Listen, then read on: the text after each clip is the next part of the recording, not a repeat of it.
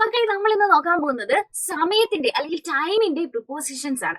അതായത് നമ്മൾ കറക്റ്റ് ആയിട്ട് പ്രിസൈസ് ടൈം പറയുകയാണെങ്കിൽ അല്ലെങ്കിൽ പ്രിസൈസ് ആയിട്ട് നമ്മൾ മണിക്കൂറുകൾ പറയുകയാണെങ്കിൽ നമ്മൾ ഇവിടെ എന്താ യൂസ് ചെയ്യുന്നത്? അറ്റാണ് യൂസ് ചെയ്യുന്നത്.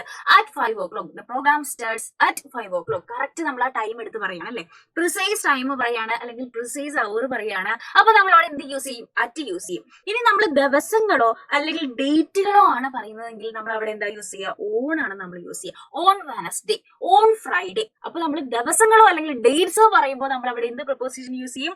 ഓൺ യൂസ് ചെയ്യും. ഇനി അതല്ല നമ്മൾ ആഴ്ചകള്, വീക്സ് അല്ലെങ്കിൽ മാസങ്ങള് അല്ലെങ്കിൽ ഇയേഴ്സ് ആണ് പറയുന്നതെങ്കിൽ നമ്മൾ അവിടെ എന്താ യൂസ് ചെയ്യുക?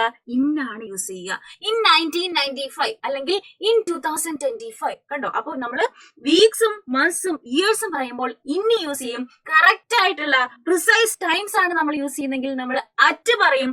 അതല്ല ഡേയ്സും ഡേറ്റും ആണെങ്കിൽ നമ്മൾ ഓൺ പറയും.